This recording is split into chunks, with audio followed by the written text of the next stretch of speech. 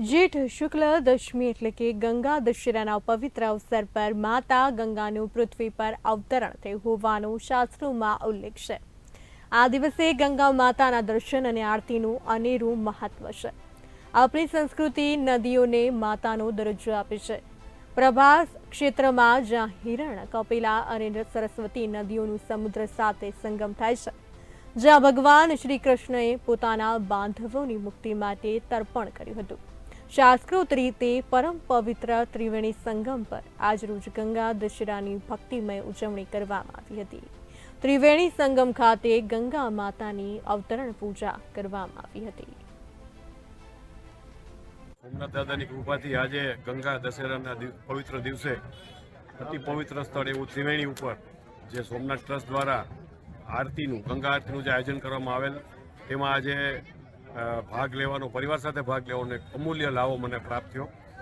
આ બધા આપણા જે પ્રજાજનો છે એમની સાથે ખૂબ સરસ આયોજનમાં અમે આ લાભ લીધો અને આજના શુભ પ્રસંગે આપ સર્વેને હું શુભેચ્છા પણ આપું છું।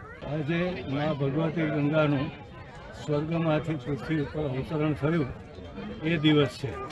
એ 1 થી 10 દિવસ સુધી એ અવતરણ થયું એટલે દશહરા એમ કહેવાય છે। 10 અહર એટલે 10 દિવસ સુધીનો આ પ્રસંગ છે।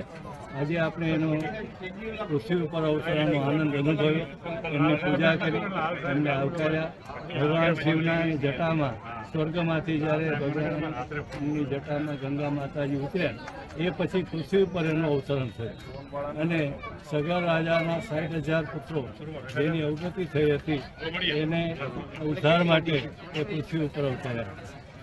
સગર રાજા અને એમના વંશજો 4 પેઢી સુધી અતિ તપસ્યા કર્યા પછી મા ભગવતી ગંગા એ પૃથ્વી ઉપર અવતર્યા અને ભગીરથ રાજાના સમયમાં એ પ્રસન્ન થયા અને ભગીરથ રાજાના આગેવાનીમાં એ પૃથ્વી ઉપર છે પાતાળ સુધી ગયા। આ ત્રિવેણી સંગમ સ્થાન છે। હિરણ્યા, સરસ્વતી અને કપિલા એ 3 નદીઓનો સંગમ અહીંયા સાગર સાથે થાય છે। જ્યેષ્ઠ મહિનાની દસમને દિવસે ગંગા દશેરા ભગીરથીએ પૃથ્વી પર ગંગાજીને અવતરણ કર્યું હતું। જીવોના મોક્ષ અર્થે અને જીવોના આત્માને શાંતિ અર્થે ભગીરથે પૃથ્વી ઉપર ગંગાજીને લાવ્યા હતા। ત્યારથી આજે જ્યેષ્ઠ સુદ દસમને દિવસે આ મહાપર્વનો ઉત્સવ થઈ છે।